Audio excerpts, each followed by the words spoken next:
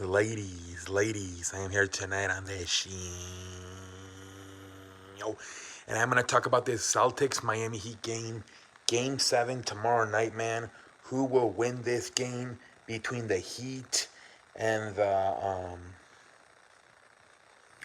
Celtics, man?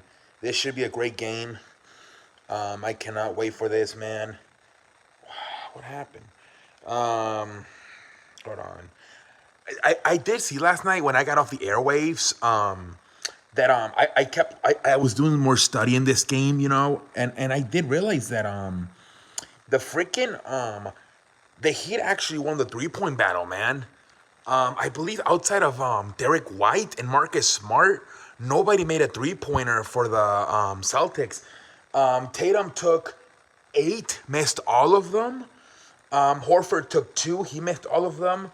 And Jaylen Brown took 4, he missed all of them. Gary Williams, what's his name?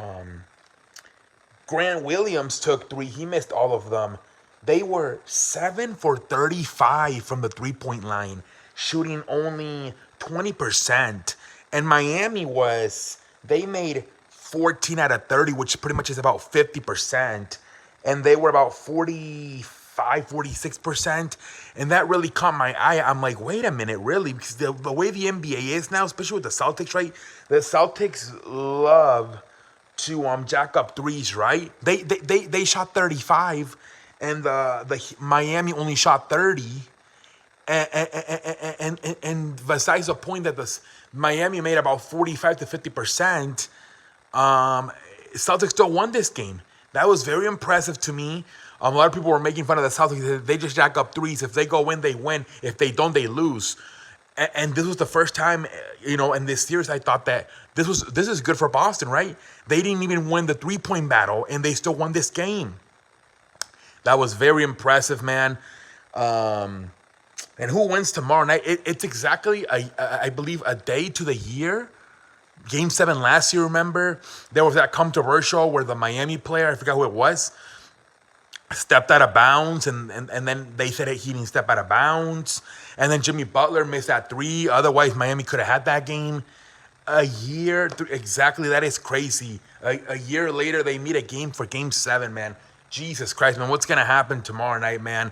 Game 7. I expect both Jimmy Butler and Jason Tatum to be fantastic tonight. I expect at least 30 points for both of them. Jimmy, I believe, already guaranteed they're gonna win Game 7. So he's gonna cut. Now he's got to go out and put out a show, right? You can't make a guarantee and then fucking be part of the reason you lost. Jimmy Butler has got to bring his A game tomorrow night, especially if he guaranteed a W, man. I cannot wait. I expect Jason Tatum to show up tomorrow night. Jason Tatum's number in elimination games are fantastic, and it's gonna come down. Jaylen Brown, I think his hand is hurt. So I don't know. Maybe he can give you at least 15, 20 points. The role players, the last 2 games, Marcus Smart, Derek White, they're playing really good. I believe they got 10 points out of Robert Williams last game. It might just come down to the role players, right? Jimmy Butler, Jason Tatum, they're showing up tomorrow night, and that's on the big daddy, not the little daddy.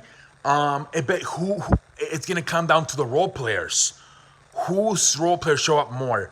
And the problem on the road, the role players don't show up that good. So that's a disadvantage for Miami, right? They're going to need the role players, man. They're going to need Jimmy, and they're going to need Adebayo. They're going to need Adebayo to at least give them, 19 and 13 at least from Adebayo. You're going to need at least 15 out of Martin. Vincent with another maybe 10, 15. Max Strauss with another 10, 15. You're gonna need Kyle Lowry. You might need Kyle Lowry to pull the clock back to 2019 for this one. If I'm Eric Spoelstra, I'm Jimmy Butler. I'm like, Kyle Lowry, just tonight, you're gonna come off the bench. But when you come off the bench, we need you to go crazy. Empty out the gas tank tonight, man. Empty it out. Just for one night, we need you to go beat Kyle Lowry from Toronto, man. And then Duncan Robinson, man, he's got to be up there too, right? He's got to be playing good. So, man, we will see what happens. I don't know. Kevin Love, is he even playing anymore? I think he's got that back injury. They haven't really played him. But that's another guy that could be really good for the freaking Miami, right? Because of the experience, right? All those playoff games with Cleveland, he can be key off the bench maybe to knock down some 3-pointers. It's gonna be very interesting, man. I trust Celtics supporting cast more with Jaylen Brown and Marcus Smart and Derek White. I just trust them more. But we'll see what happens tomorrow night, man. I'm gonna take the Celtics at home. In a close ass game. Last time this happened, I believe it was 2003. Miami, I bet you battled on. Dallas was up 3-0, and Portland came back at tight at 3-3. But then Dallas was able to win game 7 and survive. Could this be the same situation? Can Miami survive tomorrow night, man? Can they survive tomorrow night? And I don't know, man.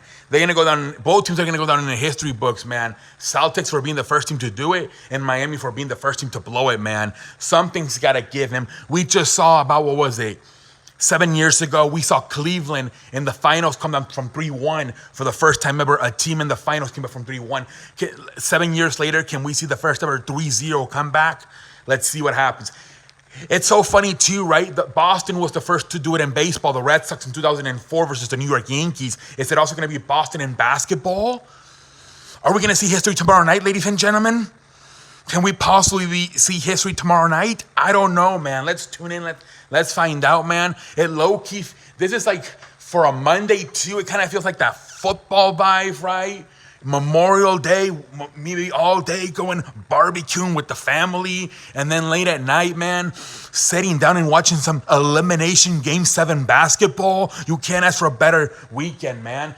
Saturday was fantastic. Tomorrow, man, let's see what happens tomorrow night, man. I cannot wait, ladies and gentlemen. But until next time, I'm out.